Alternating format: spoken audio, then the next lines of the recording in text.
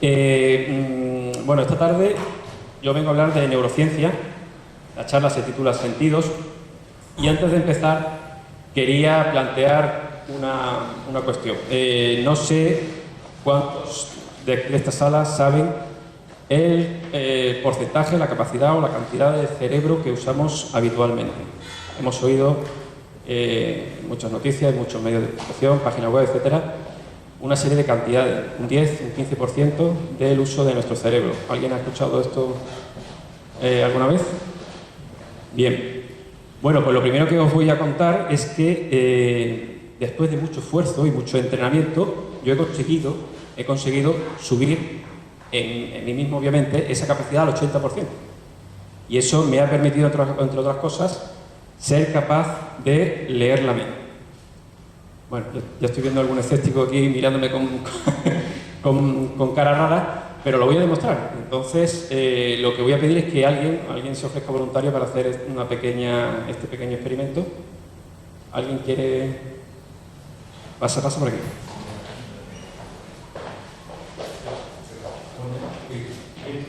Bueno, te voy a dar una pizarra con un rotulador. Ponte aquí si quieres, por favor. Bueno, te voy a leer la mente, ¿vale? Para hacerlo de forma que no parezca que por estadística, en fin, todos usamos más unas palabras que otras en el castellano, vamos a aleatorizarlo y hacerlo al azar, que la palabra que yo voy a leer en tu mente, ni siquiera tú sepas todavía cuál va a ser, ¿vale? Para que ni tú, con tus sesgos, ni yo, insisto, usando la estadística o sabiendo cuáles son las palabras más utilizadas, pueda adivinarlas, ¿vale? Entonces vamos a hacer... sí. Vamos a hacer una cosa. Elige un número de 3 cifras, ¿vale? La única cosa es que entre la primera cifra y la última no puede que haya más de 2 números. Es decir, por ejemplo, el 120 no, porque entre el 1 y el 0, sino el 123, por ejemplo. Escribe. ¿Podemos enseñarla? ¿Cuál he escogido? El 734, no, tiene que ser entre el primero y el último que haya más de 2. Pero hacia arriba, no hacia abajo.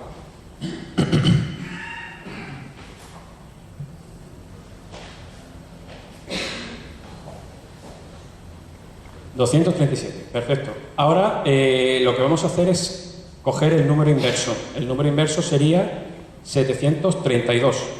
A 732 le vamos a restar ese número, el 237.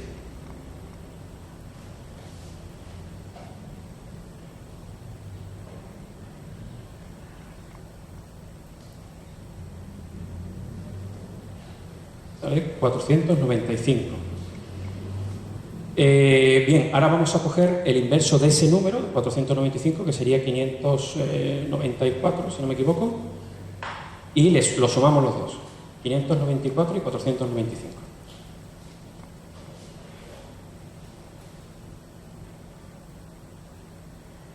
$1089. Vale. Bueno, pues me he traído 3 libros, los tienes aquí. Son 3 libros, bueno, en fin, que tenía en mi biblioteca. Ritual y religión, The Antiquity of Man y El enigma de la esfinge. Uno de ellos está en inglés. Elige el que tú quieras para buscar la palabra que yo te voy a adivinar. Por ejemplo, bueno, no sé si tiene 1000, no llega, ¿no? Pues, yo qué sé, puedes coger la página 10, la fila 8, la palabra 9, o la página 108 y eliges la palabra número 9, lo que tú quieras.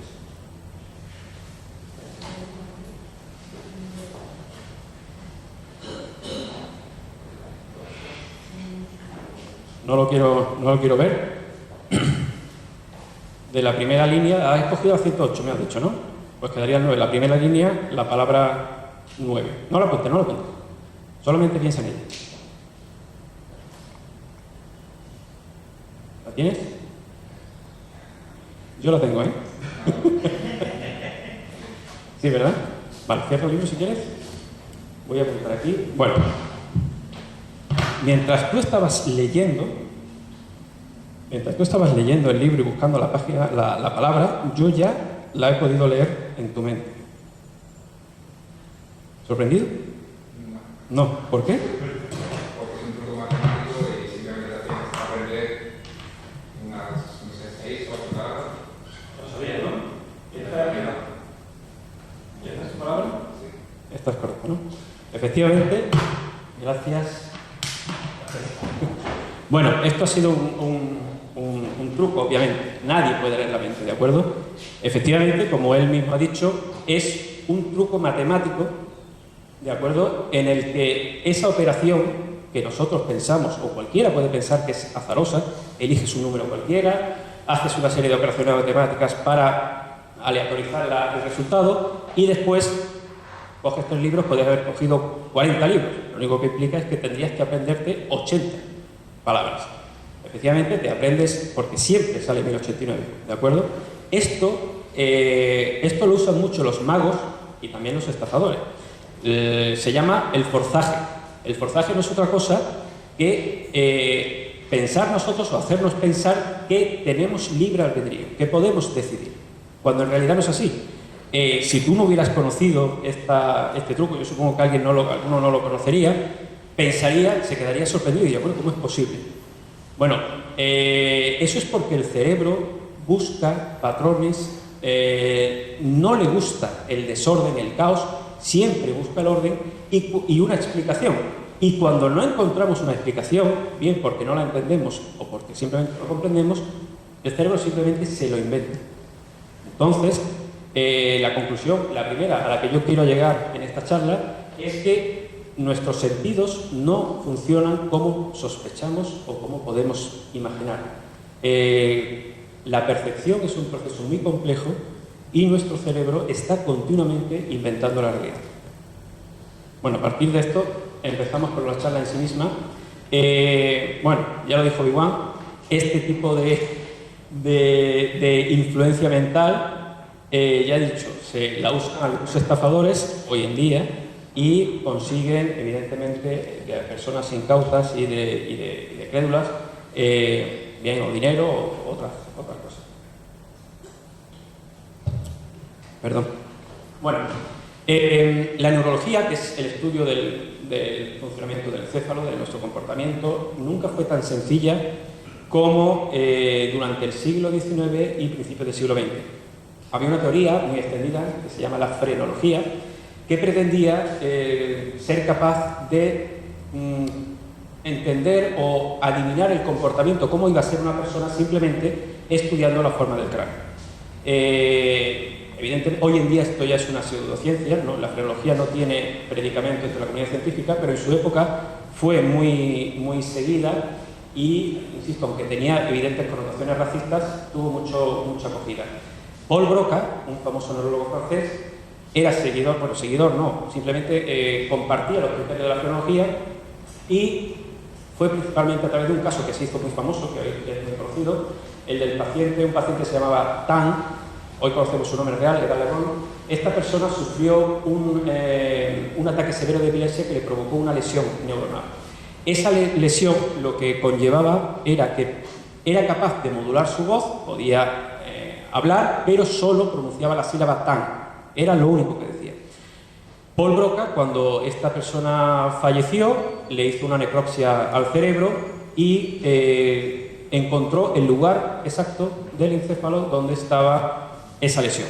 Por lo tanto, siendo partidario de la frenología, y la frenología también decía que nuestras capacidades mentales residían cada una en un punto concreto del cerebro, al ver que esta persona sufría afasia, esta dificultad en el hablar, y encontrar la región concreta, pues dijo, esa región es la responsable del lenguaje. Hoy en día la conocemos como la región del área de Broca. Bien, lo que la neurociencia nos dice hoy en día es que esta visión, evidentemente, está muy superada. Nuestro cerebro ha evolucionado de forma que nuestros sentidos están completamente imbricados entre sí. No podemos pensar que la percepción, con la complejidad que conlleva, es tan sencilla como una mera entrada de datos que el cerebro interpreta y obtiene un resultado. Hay una complejidad muy importante que todavía no hemos llegado a descubrir por completo. Esta idea recibe el nombre de percepción multisensorial, no extrasensorial, que es leer la mente y cosas así. Percepción multisensorial. Y es contraintuitiva. Y es contraintuitiva porque, por ejemplo, cuando salimos a la calle, nosotros utilizamos los ojos para ver a dónde vamos, utilizamos el oído, por ejemplo, cuando vamos en el metro y nos avisan de cuál va a ser la siguiente parada, o el tacto, cuando pensamos que no hemos olvidado el móvil, metemos la mano en el bolsillo y lo encontramos. Nuestros sentidos, nosotros vemos los sentidos como compartimentos estancos. Sin embargo, cuando la información que entra a través de la vista, de los ojos, del oído, del tacto o de la lengua, sigue todo el recorrido a través de los canales neuronales, esa clasificación partida, digámoslo así, pierde todo su sentido. Por lo tanto, la vieja idea que veía la percepción como un camino que sigue la información de forma unilateral a través de un carril, una carretera en este caso, en el que no se permite cambios de carril, que la información va de un sitio a otro de forma predefinida, es algo, como digo, que ya está superado. Hay muchos ejemplos de esto que estoy comentando. Vamos a ver cómo la percepción influye. En la percepción influye no solo lo que entra por los sentidos, sino la forma en la que nuestro cerebro, nuestro encéfalo, interpreta esa información. Por lo tanto, podemos hablar del caso de los ventrílocos, por ejemplo. Cuando el ventríloco, no sé quién es este señor, pero bueno, algunos lo conoceréis. Cuando el ventríloco es bueno, nosotros sabemos que está hablando, que él habla, pero no mueve la boca. Sin embargo, nuestro cerebro, al percibir el sonido, ¿qué hace? Como no le gusta el desorden y no le gusta no tener una explicación, busca de dónde viene el sonido. Si el ventríloco bueno, insisto, no mueve la boca, buscamos el origen del sonido en el muñeco, que sí la mueve. Por eso es tan importante que los muñecos de estos artistas estén articulados, porque nuestro cerebro busca en el movimiento el origen del sonido. Lo mismo sucedía en las antiguas salas de cine. Las antiguas salas de cine tenían los altavoces en los laterales de la sala. Entonces nuestro cerebro interpretaba el sonido que provenía de los laterales con la imagen que veíamos en la pantalla delante de nosotros. Y al final, la sensación que teníamos es que el sonido provenía de la pantalla, que salía de los actores. Hoy en día, evidentemente, no solo siguen el sonido de los laterales, sino también están detrás de la pantalla y por detrás de los espectadores, creando un sonido envolvente que evidentemente en su época fue uno de los mayores avances en este tipo de espectáculos. Bueno, la primera documentación, el primer estudio documentado sobre esta percepción multisensorial se la debemos a dos investigadores, a Henry McGurk y a John McDonald, que en 1976 publicaron este estudio en la revista Nature. El título significa oír los labios y ver las voces, y lo que hicieron fue comprobar que si nosotros vemos a una persona que pronuncia una sílaba, la ga, por ejemplo, ahora lo vamos a ver en un vídeo, está en inglés, que pronuncia la sílaba ga, y al mismo tiempo vemos a esa misma persona, pero esta vez sí con sonido, pronunciando la sílaba ba, al final lo que escuchamos es fa. Es decir, las ga mudas se ven influenciadas por las ba sonoras y nuestro cerebro interpreta una amalgama de estos sonidos. Vamos a ver el vídeo. Pa, pa, pa, pa, pa, pa, pa, pa, pa, pa.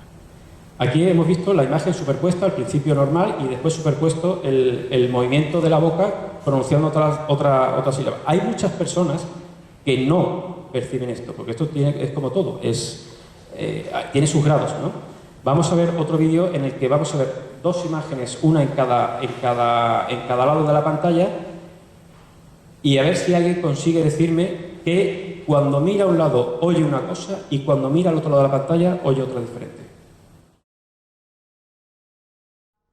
pa, pa, pa, pa, pa, pa, pa, pa. ¿Alguien le ha pasado?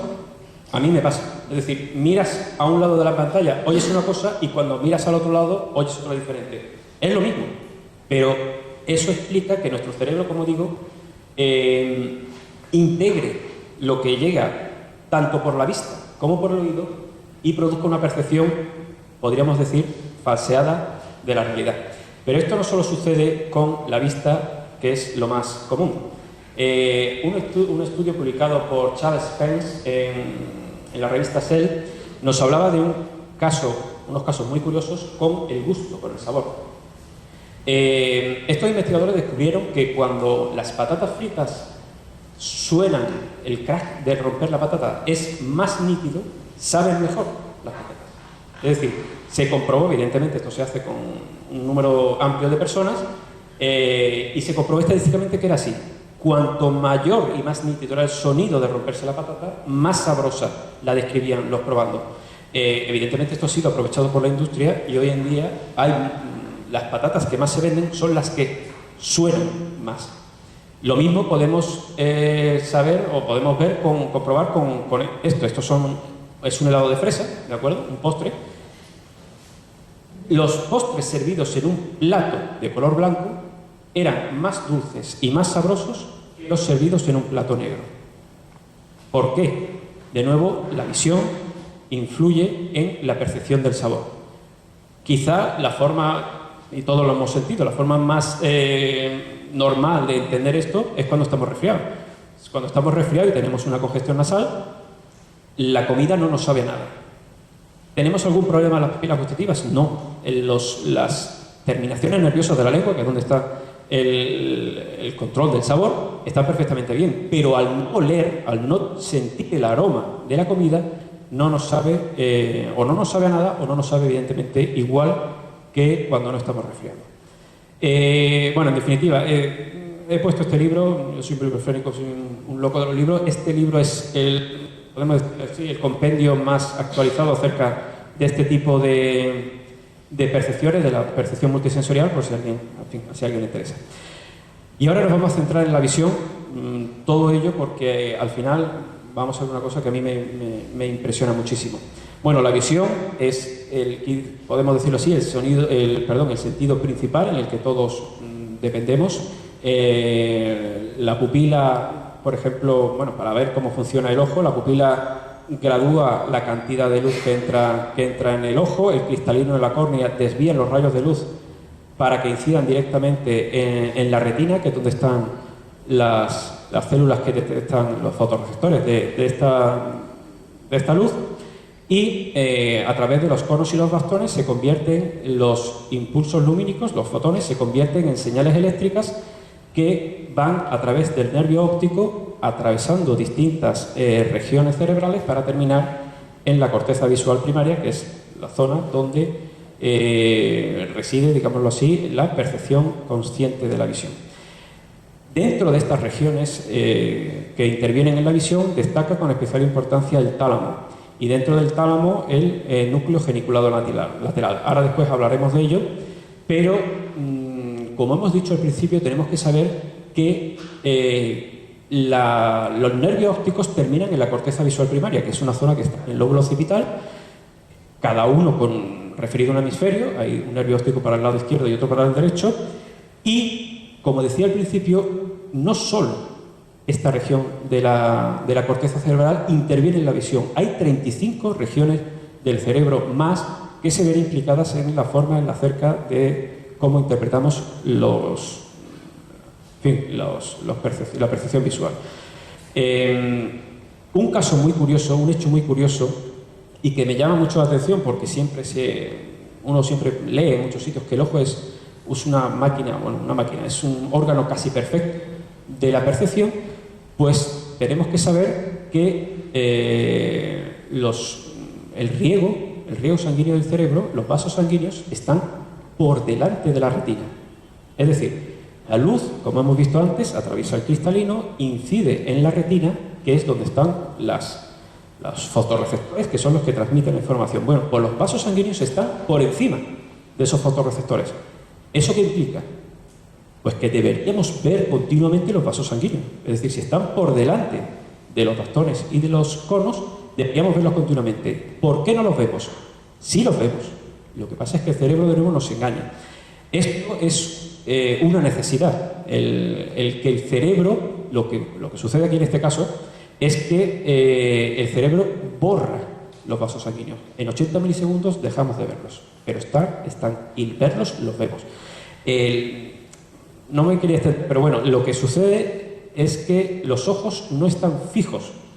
Los ojos tienen unos movimientos, los movimientos sacádicos, los microsacádicos, en fin, una serie de movimientos que hacen que las células, insisto, con los bastones, perciban la luz. ¿Qué ocurre? Que cuando los ojos están quietos, se desvanece la imagen.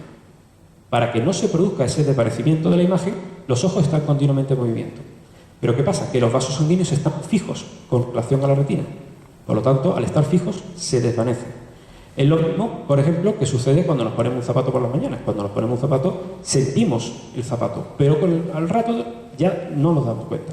Teníamos que fijarnos, o teníamos que prestar atención para darnos cuenta. Pues eso es exactamente lo mismo que sucede con la visión. Para que entendamos de nuevo las jugarretas, por decirlo de alguna forma, que nos juega nuestro cerebro, vamos a ver esta imagen. Bueno, aquí vemos tres bandas de gris, la de arriba y la de abajo son más oscuras, el gris en la parte izquierda y va degradándose hacia la parte derecha. Y la de medio es al contrario, es más clara en la izquierda y va degradándose y oscureciéndose hacia la derecha. ¿Todo el mundo ve lo mismo? Pregunto, ¿sí, no? Bien, pues es falso. Si quitamos la banda superior e inferior, vemos que la banda central tiene exactamente la misma tonalidad de gris. Exactamente la misma. Sin embargo, cuando le añadimos el contexto, el contorno, nuestro cerebro crea una realidad. Podríamos discutir si es más real o menos real, eso ya es un tema filosófico, pero es así. Es decir, nuestro cerebro crea una realidad. Por eso, evidentemente, tenemos que ser conscientes de todo esto para, a la hora, por ejemplo, de hacer cualquier tipo de experimento, saber que nuestros ojos nos pueden engañar. Pero, bueno, y ahora voy a hablar de otro tema que es súper interesante, que se llama la hemiomisión, o es un síndrome neurológico de la atención. Cuando nosotros tenemos un problema en la vista, bueno, yo mismo llevo gafas, ¿no? Tengo miopía, astigmatismo, pues nos ponemos unas gafas correctoras, nos operamos la vista, hay trasplantes de córnea, es decir, hay muchos problemas del ojo que hoy en día la oftalmología ha conseguido superar. Pero ¿qué sucede cuando el problema no está en el ojo, sino que está o bien en el cableado, en los nervios ópticos, o bien en las regiones cerebrales, que son las encargadas, como digo, de interpretar la información que llega a través de los sentidos? Bueno, pues los pacientes afectados por este síndrome neurológico tienen una lesión importante en el hemisferio derecho. No sé si, bueno, lo que sucede con la vista es que el campo visual está dividido en dos. La parte izquierda del cerebro se encarga de la visión del lado derecho y la parte derecha de la visión del lado izquierdo.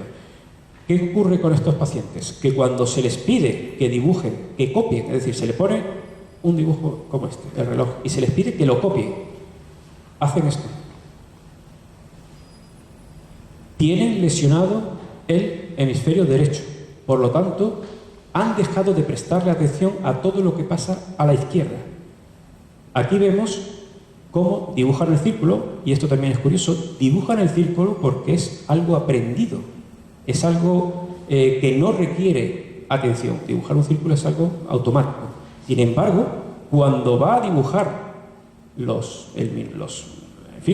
números del reloj, se para en el 7. No ve el 8 y hasta el 12. Cuando se le pide que dibujen una casa, pasa exactamente lo mismo. Dibujan la mitad. Por una flor, igual. Llega a un extremo esta situación que los hombres se afeitan solo la mitad de la cara. Comen solo la mitad del plato. Es decir, para ellos la mitad del mundo no existe absolutamente para nada. Y cuando se les llama la atención, se les dice, mira, que es que te has dejado esto. No consiguen verlo.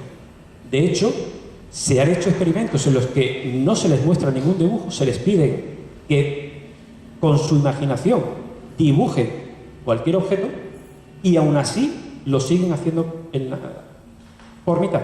Es decir, su cerebro es incapaz de reconocer esa mitad que falta.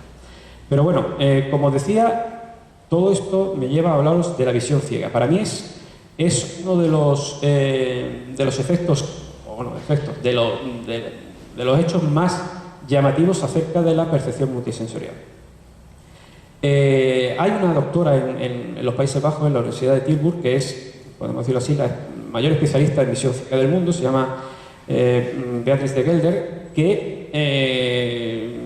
llamó la atención de la comunidad científica sobre un paciente que desde entonces se ha hecho famoso, pero lo que le pasaba a este señor es que sufrió unos infartos cerebrales, dos infartos cerebrales que le afectaban a los dos hemisferios. Es decir, la vista la tenía perfectamente, pero la corteza visual primaria, como hemos dicho antes, la parte del lóbulo occipital, la parte trasera del cerebro, tuvo dos infartos que la dejó totalmente inutilizada. Eso implicaba a su vez que era totalmente ciego. Si lo hubiera afectado a un solo lóbulo, vería por el otro ojo, pero como digo, fueron dos infartos cerebrales, pues estaba completamente ciego. ¿Y qué hicieron los científicos? Bueno, pues lo que hicieron es hacerle caminar. Le plantearon, mire usted, va a ir por un pasillo y usted lo único que tiene que hacer es un pasillo recto y lo único que tiene usted que hacer es llegar hasta el final. No va a encontrar ningún tipo de obstáculo, ninguna puerta cerrada, nada de nada. Pero era mentira. Vamos a ver lo que pasó. El primero que vemos es el paciente y ese es el pasillo.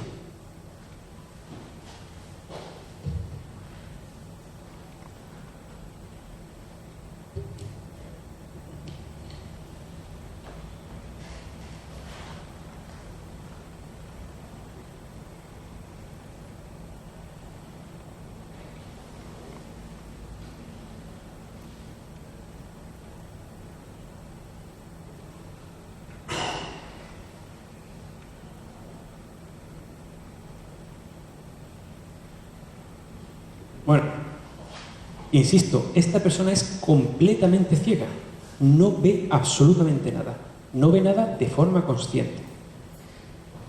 ¿Qué es lo que sucede aquí? Bueno, pues la conclusión a la que llegaron los investigadores, bueno, aquí vemos el córtex visual, que es la corteza visual primaria, aquí está el tálamo y el núcleo geniculado lateral, esta zona de la que hablamos al principio, bueno, a mediación, hablando de la visión.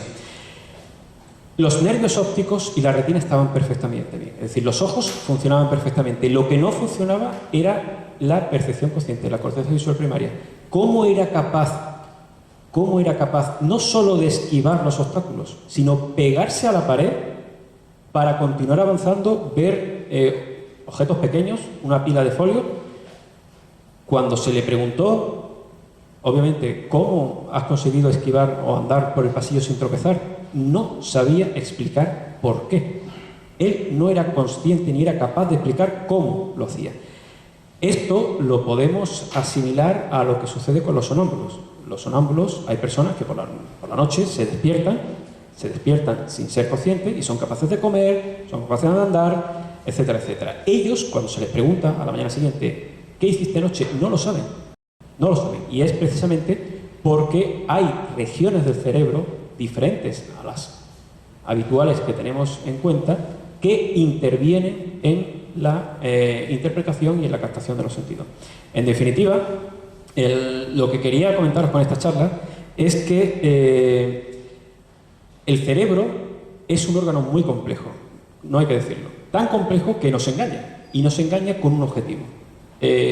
Cuando lo hacemos, cuando se va desarrollando, la hipótesis que se maneja es que los niños nacen con una enorme plasticidad neuronal, una enorme capacidad de captar los sentidos. Es decir, los niños aprenden con las manos, primero, cuando evidentemente no ven, los recién nacidos no ven, sino que es todo el tacto.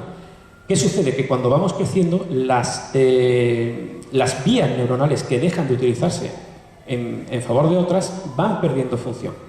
Van perdiendo función en lo que se llama una poda neuronal.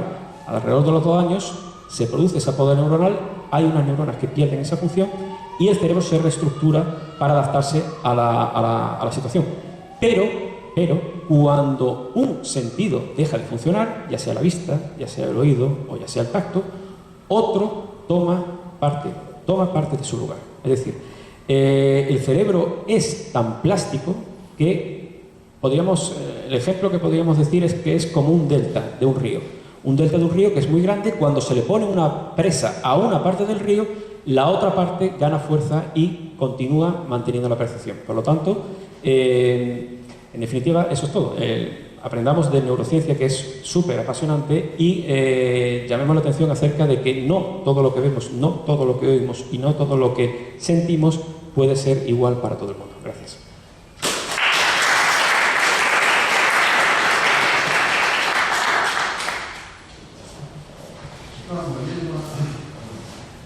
Me llamó la atención las 3 franjas que pusiste y van cambiando de color de derecha a izquierda, derecha o de derecha a izquierda, que veíamos la del centro, cómo cambiaba de blanco a gris, cuando la primera y la tercera iban de gris a blanco. ¿Eso qué sentido tiene? ¿Por qué el cerebro lo ve de esa manera? Es decir, ¿por qué no sigue la misma secuencia que la primera y la tercera? Es decir, de gris a blanco. En realidad lo que sucede es que la franja del medio siempre tiene el mismo tono de gris. Eso es porque el cerebro busca el contraste, reacciona al contraste de las regiones adyacentes. Es decir, cuando nosotros vemos algo, reaccionamos al contraste. Es lo primero que hacemos. Es una cuestión evolutiva. La explicación que hay es que nuestro cerebro ha evolucionado para protegernos ante los depredadores, etc. Entonces, no busca tanto fijarse en el detalle. Si fuéramos capaces, por ejemplo, cuando eliminamos las bandas superior e inferior, vemos perfectamente el tono gris. Pero cuando hay un contexto, ya sea otras bandas o el movimiento, por ejemplo, el cerebro reacciona rápidamente y crea esa ilusión visual. De hecho, curiosamente, cuando yo estaba preparando la diapositiva, buscando el efecto, si el gris de la banda del centro no es suficientemente oscuro, no se produce. Tuve que ir aumentando la tonalidad de gris hasta que se producía el efecto. Y es curioso porque es que es automático. En cuanto pasas un umbral, se produce. ¿Por qué? Por ese contraste. El contraste entre el blanco y el negro es lo que hace que el cerebro, digamos, es como si hubiera un pequeño cortocircuito que hace ¡pum! Y se ve esa ilusión óptica. Por esto me queda claro que los sentidos son limitados, los sentidos. Entonces, ¿en base a qué interpretamos la realidad? ¿En base a...? Claro. Bueno, yo no diría que son limitados. Yo diría que tenemos que aprender su limitación. Es decir, ¿en base a qué vemos la realidad? Pues es una cuestión casi filosófica. Es decir, por ejemplo, cuando un científico tiene que analizar la realidad, lo hace a través de, normalmente, aparatos, bien microscopios, telescopios, etc. Tenemos que saber no solo que el aparato está calibrado, sino que nuestra propia percepción puede estar mal calibrada. Por eso, la repetición con distintos aparatos, etcétera, etcétera. Es complicado. Francis Bacon decía que, hablaba precisamente de esto, cómo un científico puede ser capaz de decir o de definir las leyes de la realidad si nuestros sentidos nos están engañando continuamente. No hay algo objetivo, algo por encima que nos pueda decir esto es blanco o esto es negro. Por ahora, por ejemplo, con la luz vemos las frecuencias, sabemos los colores, etcétera, etcétera, pero lo que es el cuerpo humano, los sentidos no tienen la función de ser un objetivo, o sea, un instrumento de medición. Nuestros sentidos están preparados para otra cosa, han evolucionado para otra cosa, sobre todo para propagarnos como especie. Entonces, por eso utilizamos otros aparatos que se supone que sí son precisos a la hora de medir lo que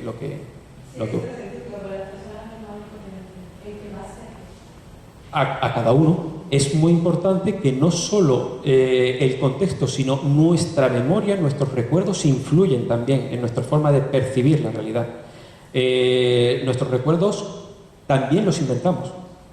Es decir, hay experimentos muy famosos de que la gente dice que recuerda una determinada un leve suceso que en realidad ni siquiera ha pasado.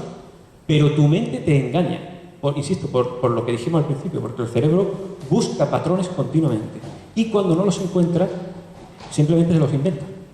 Por eso los testigos presenciales de un homicidio hay que tomarlos con mucha cautela, porque las personas son falibles, la memoria es muy falible, la visión, ya hemos visto que hay personas, y esto se ve, no es una cosa generalizada, hay personas que lo tienen más acusado y otras que sin embargo pues no.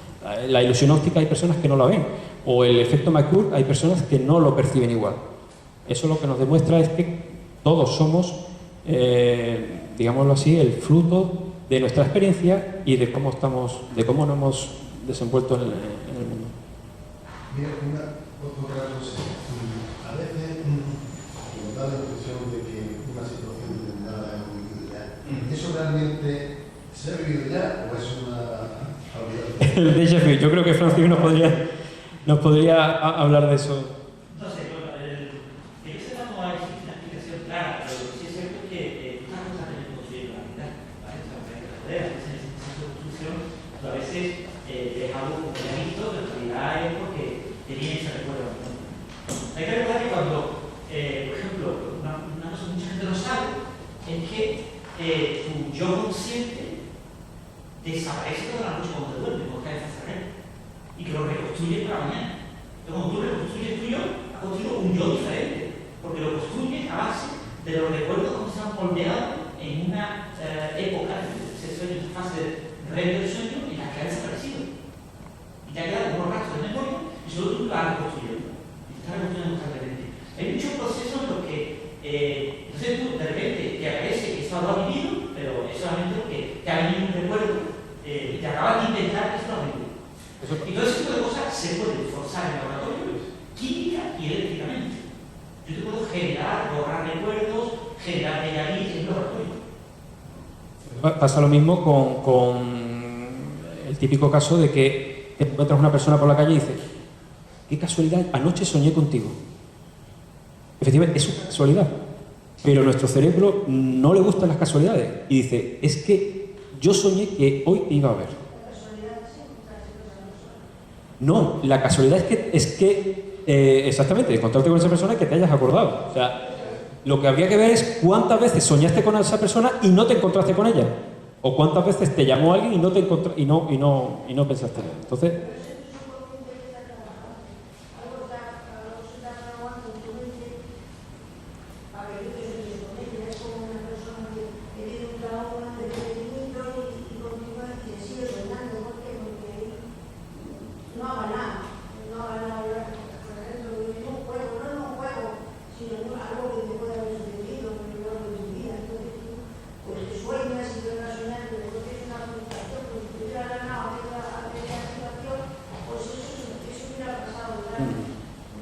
eso es que claro, nuestra experiencia, nuestra forma, lo que vivimos, continuamente nos va.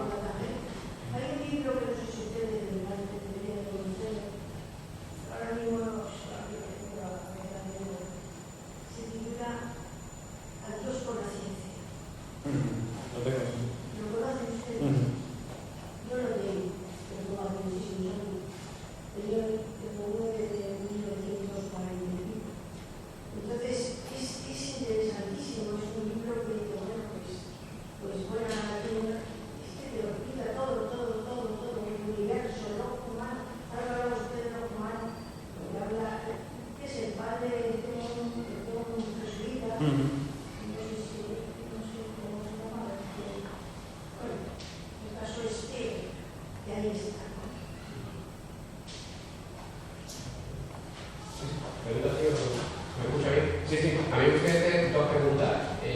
La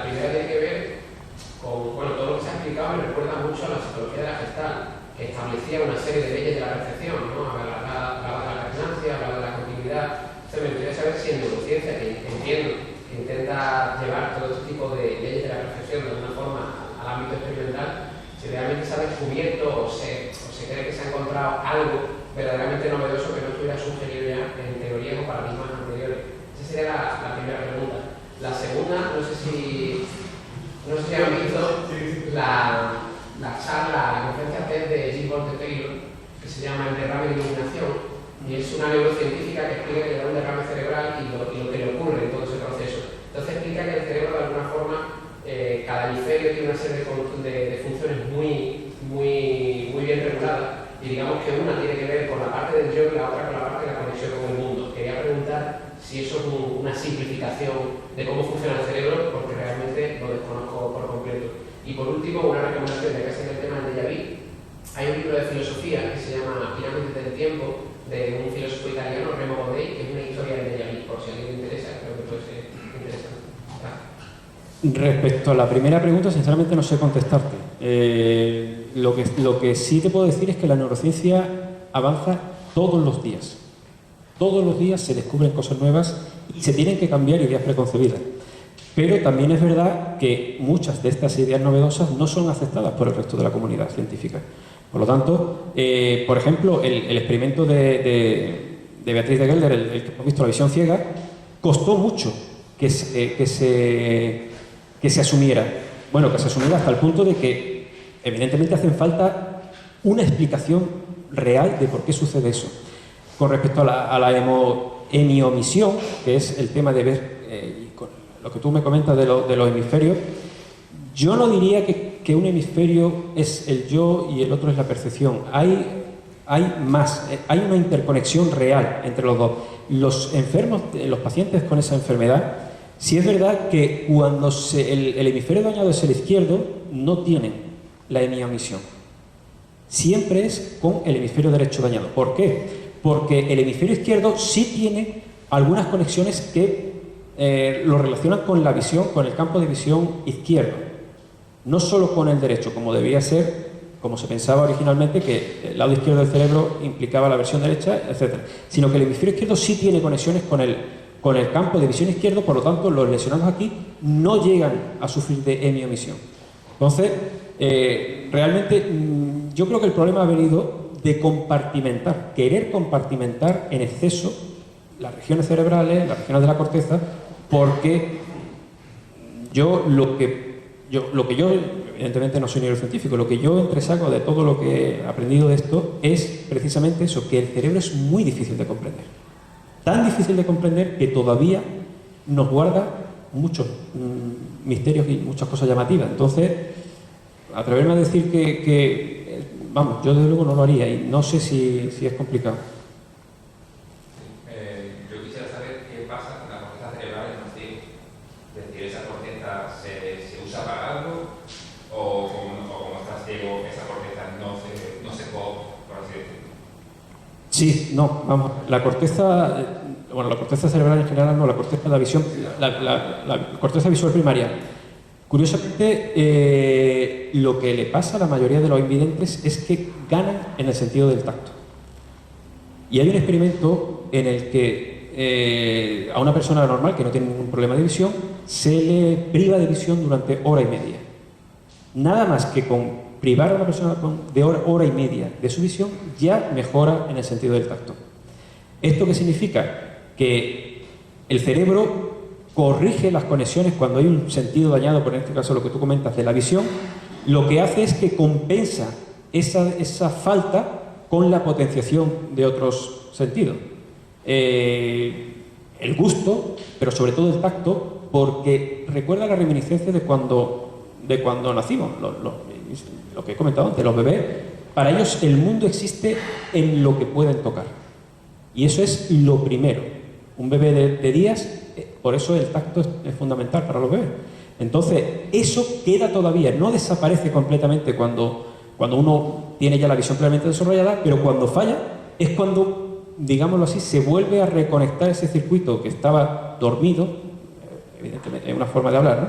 Y potencia el otro sentido que funciona bien, que es el tacto. Sí, pero la pregunta era, ¿la corteza visual se usa para otra cosa? ¿Que Sí. no sea simplemente ver? Sí, la corteza visual participa en la percepción de otro sentido.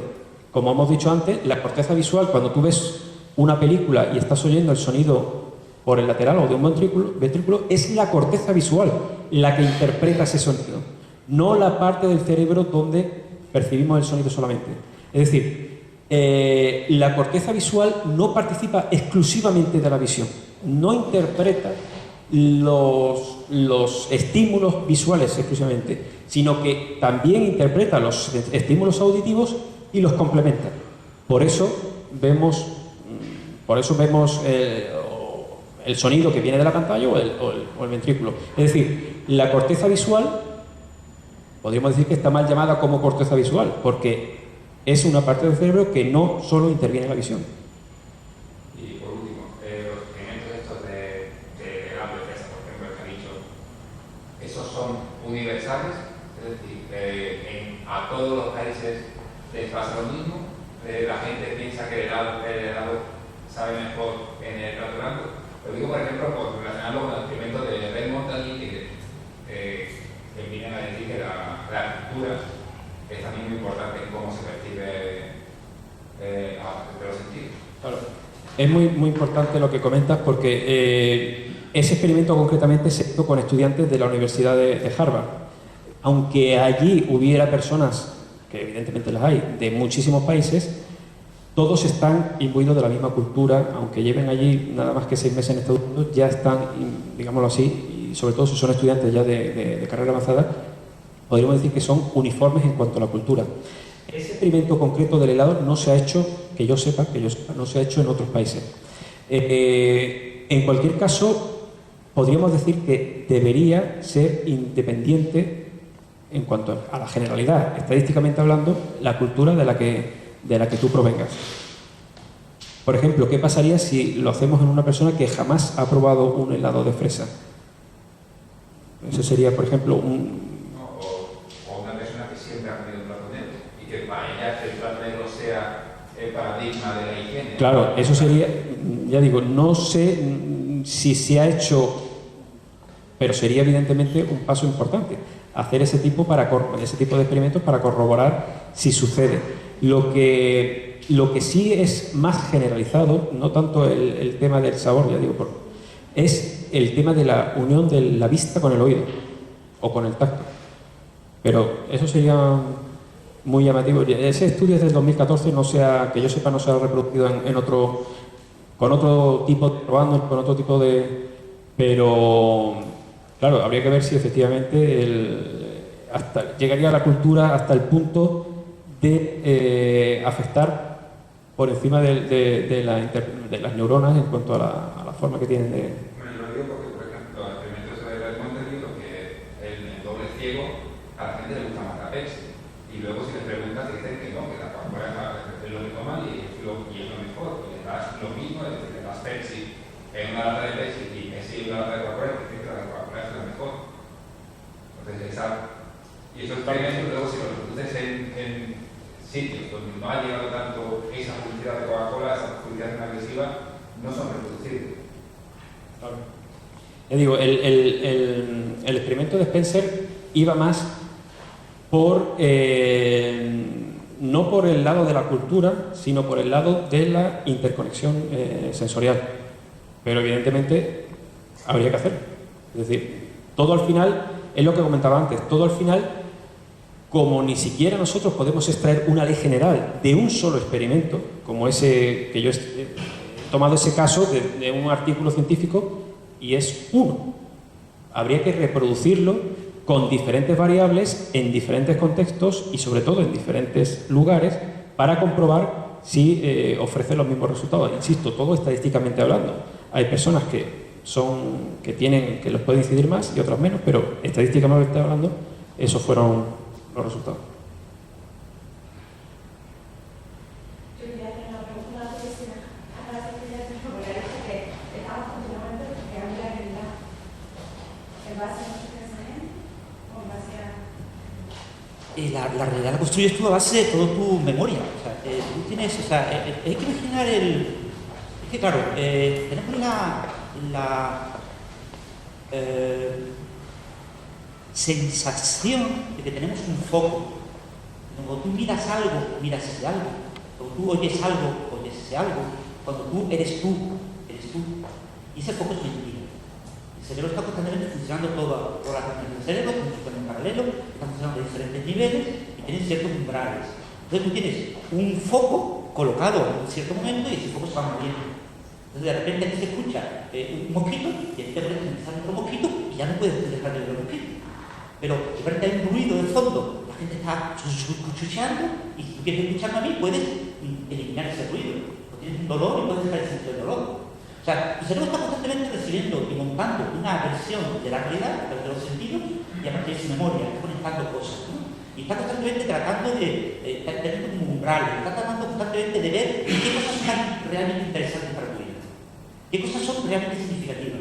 De repente he visto una cosa que parecía un león, entonces no puedes dejar, tienes que mirar, porque era algo que se te ha metido dentro del campo. Es decir, el cerebro está constantemente tratando de sobrevivir y de que tengas una continuidad en tu manera de interaccionar con el entorno, pero es una cosa constantemente que está constantemente todo funcionando, diferentes capas y todos en diferentes niveles. Entonces, realmente, ¿qué es la realidad para tu cerebro? La realidad para tu cerebro es cuando tú tengas el foco de tu vida. Tu realidad cambia completamente. De hecho, con experimentos con, por ejemplo, con cámaras de realidad virtual, te cambia tu realidad, te convierte en un hombre. Eso es muy fácil de hacer. Yo te pongo una cosa virtual y que tú veas que la imagen de la persona te toca un par de veces, un par de zonas, y tú ves que está tocando la parte del nombre y rápidamente, en pocos minutos, tu cerebro te convierte en hombre. Y se siente con cuerpo de hombre. Tú nunca habías tenido eso. Tú nunca habías tenido un cuerpo de hombre. Y a veces se está eso con los hombres que se tocan. ¿Estoy tocando una mujer? ¿Estoy tocando un hombre? Y sin embargo, te ves el vídeo y está tocando un hombre. Es decir, la realidad es una construcción continua, en la que tu cerebro está constantemente construyendo y está constantemente focalizando, y en el momento en que tú focalizas esa nueva realidad, que es verde y verde,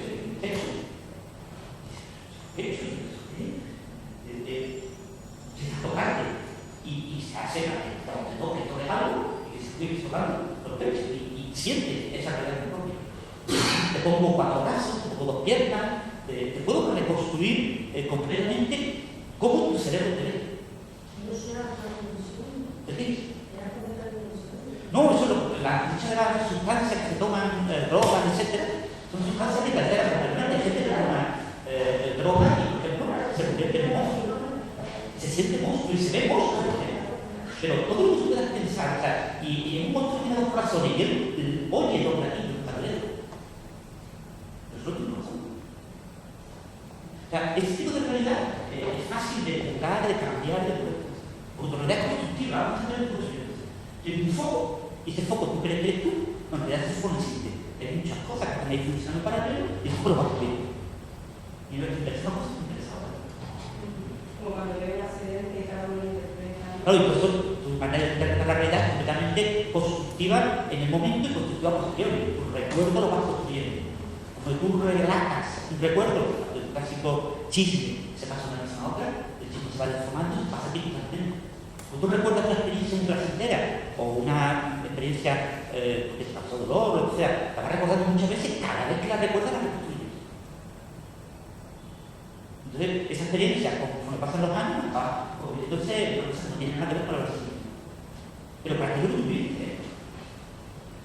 Entonces, cuando tú, por ejemplo, quieres reconstruir la vida de un gran científico y le preguntas cuando tiene 60, 70 años por cómo vivió su época de juventud, etc., pues se inventa todo, todo, se lo inventa todo.